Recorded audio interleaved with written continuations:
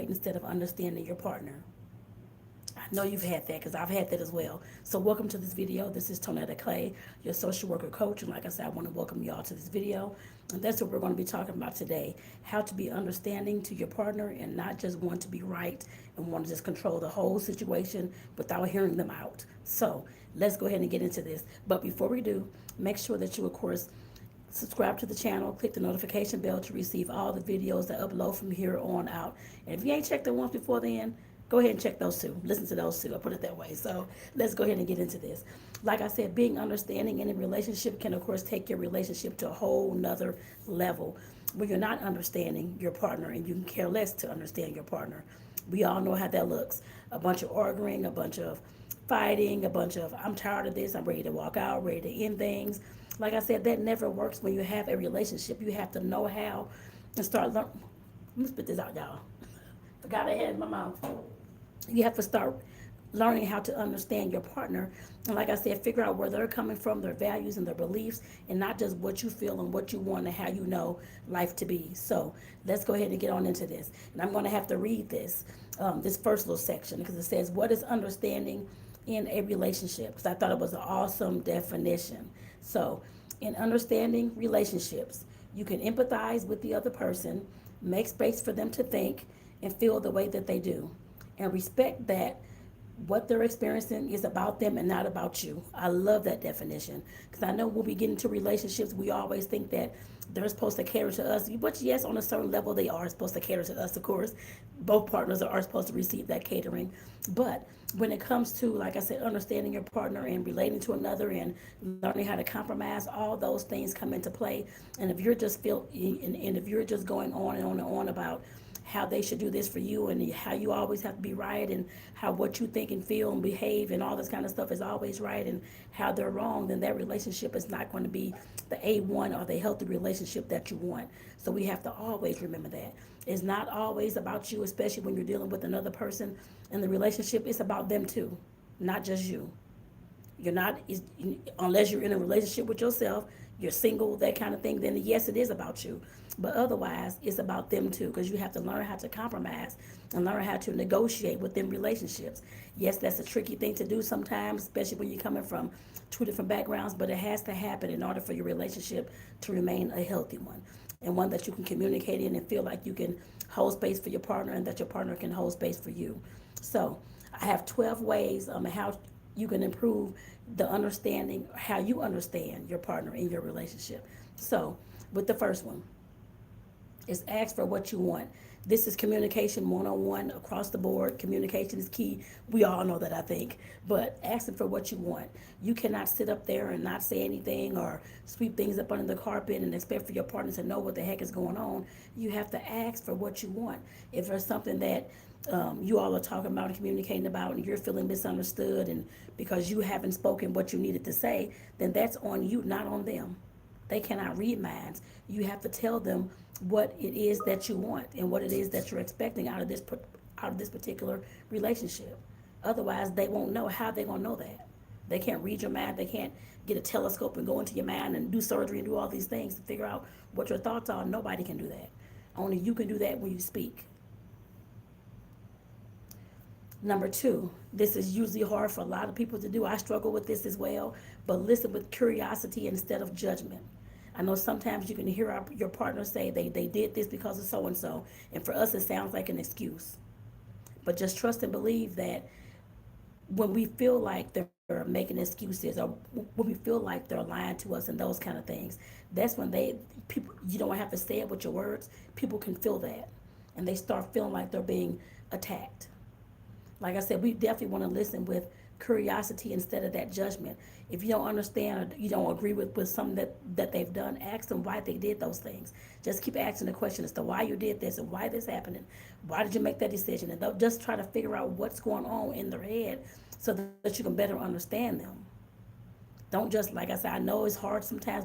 We want to judge and we want to say, oh, you did this, that's an excuse. You're making up excuses and those kind of things. Their background, their experiences, their values, their beliefs may have led them to that particular action.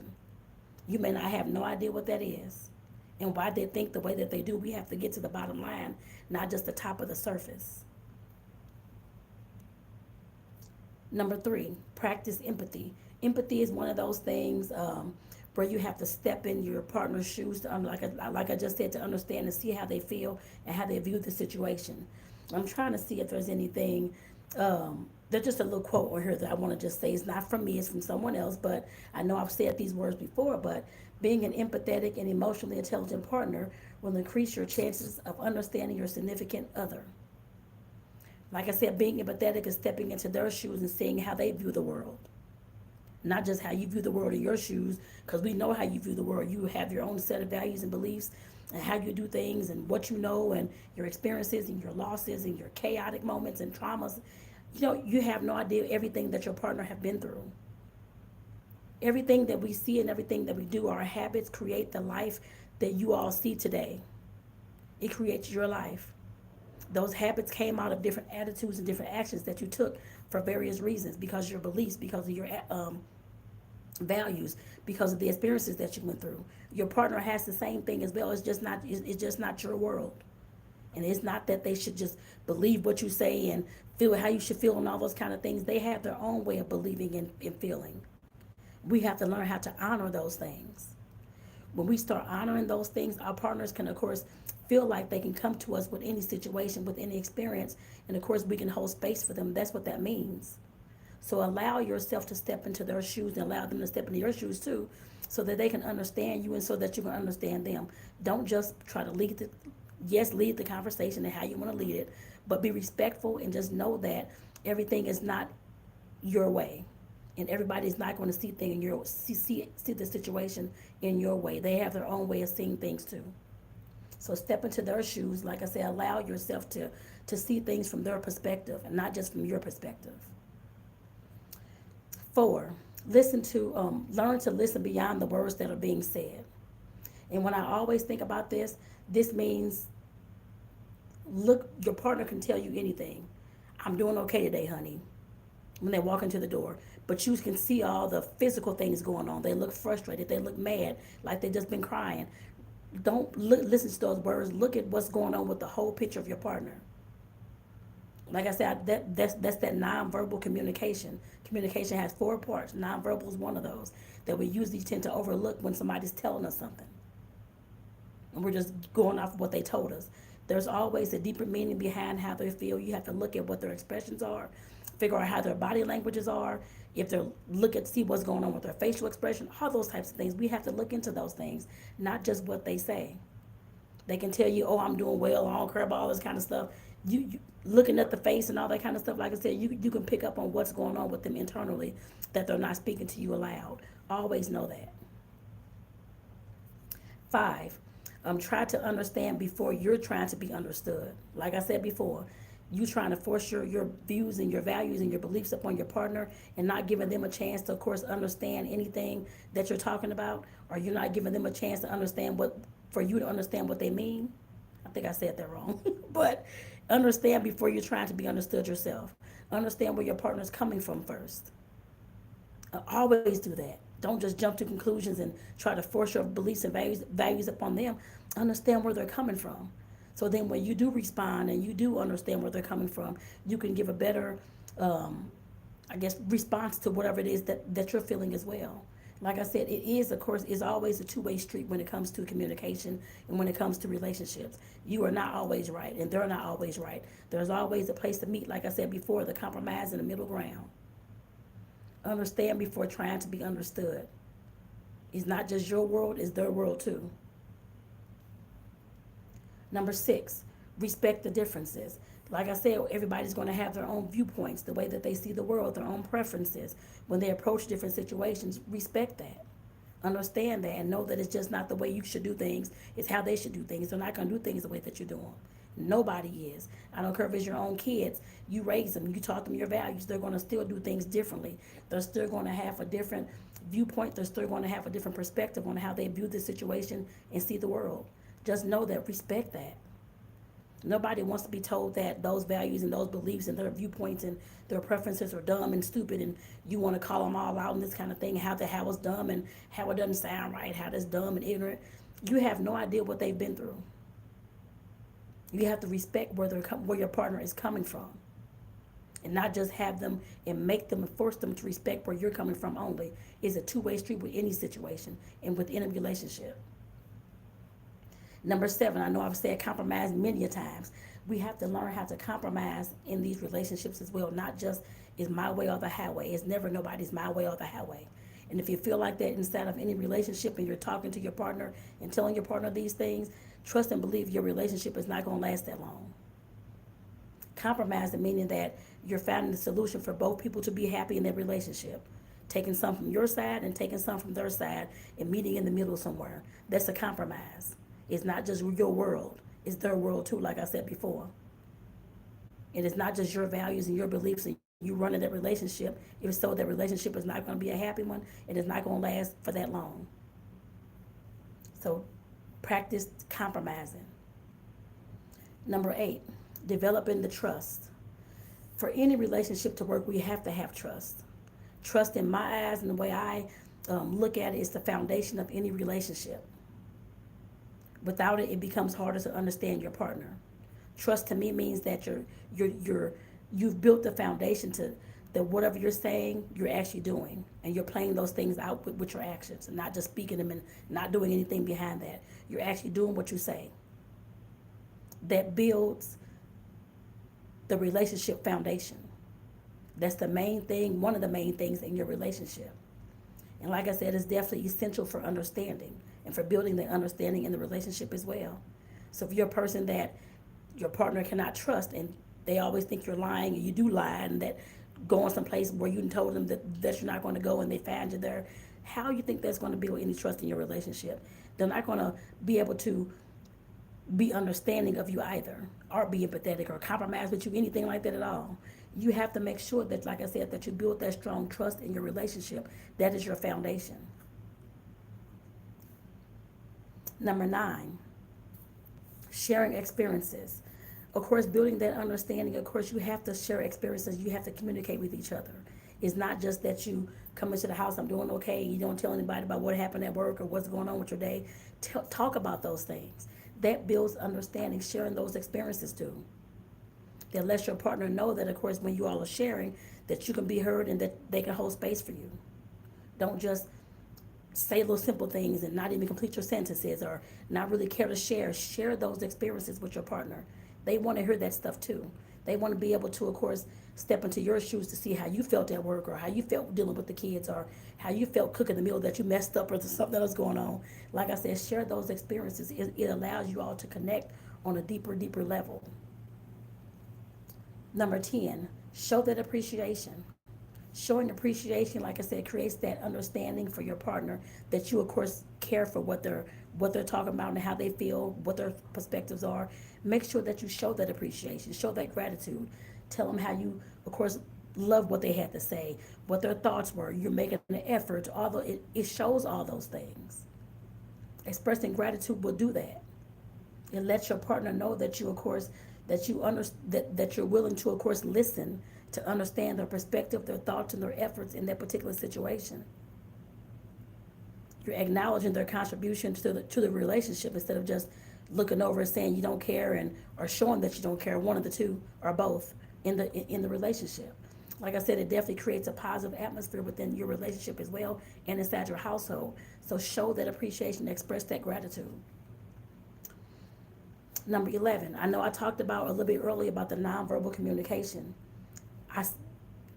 Yes, people can tell you anything in the whole, they can tell you talk a good game all day long. Look at what their expressions, their facial expressions, their tone of voice, all those types of things come into play when we talk about nonverbal communication. Like I said, those nonverbal cues, when they come into the house happy, I had a great day, and all of a sudden I got fired and they're still smiling and laughing, that's not good. You know that something is wrong and that they shouldn't be smiling and laughing because they got fired at all. Their income matters in their relationship in that household too. Their facial expressions and their tone of voice, all those things matter. When you know that you're all having a conversation, your partners start to shut down or get quiet or that kind of thing, you know something. You should be able to pick up on that and know that something is wrong. Or if you're having a conversation with your partner and they or you can tell their voice is getting very high pitched, high tone, they're talking fast, they're sounding like they're getting upset, they probably are getting upset. Ask them, are they getting upset? And of course, process those things. Don't just look over and say, oh, they're upset and just keep on going. Process what is going on. Let them know that you picked up on their unhappiness or their being upset or wherever the case may be. Don't just overlook those things. Those nonverbal communication, those things really, really, really do matter. At least 95% of the time, I would say they definitely do matter. And you have to be able to pick up on those with your partner and not just overlook those things and not just listen to what they say, but listen to how they're acting and behaving as well.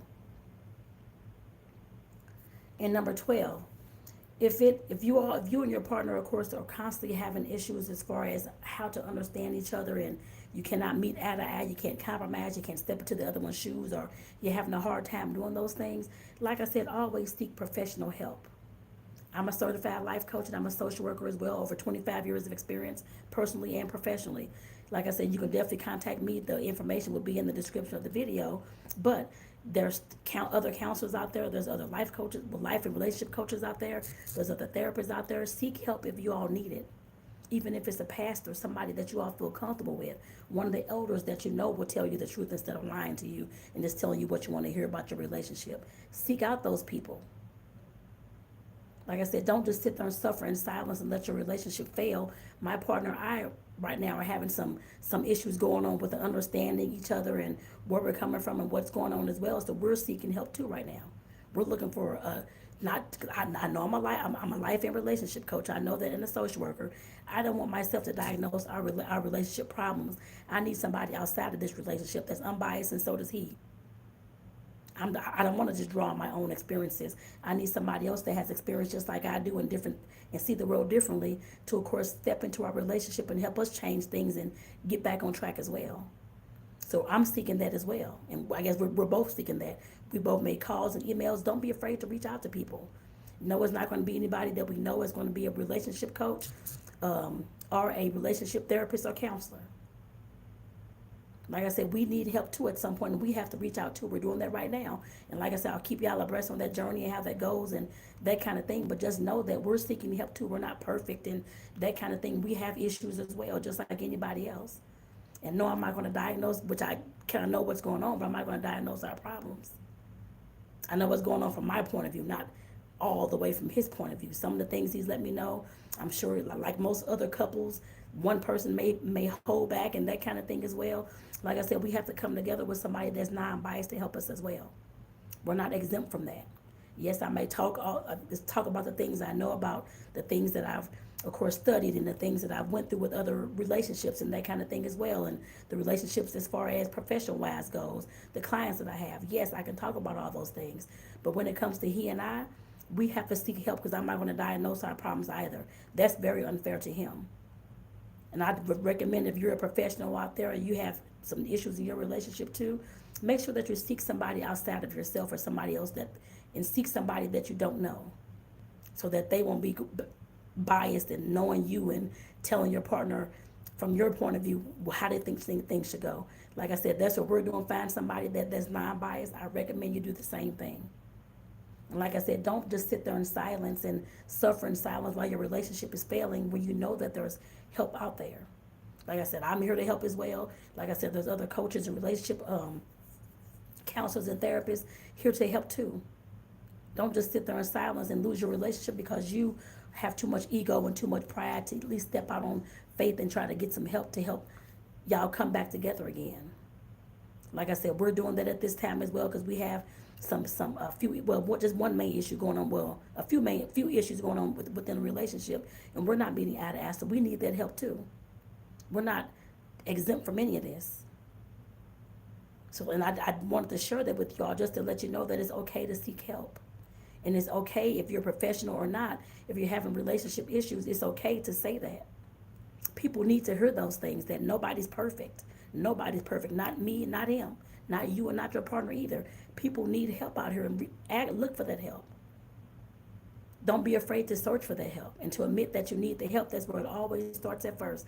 Admitting that you need the help, and then you can find what you need.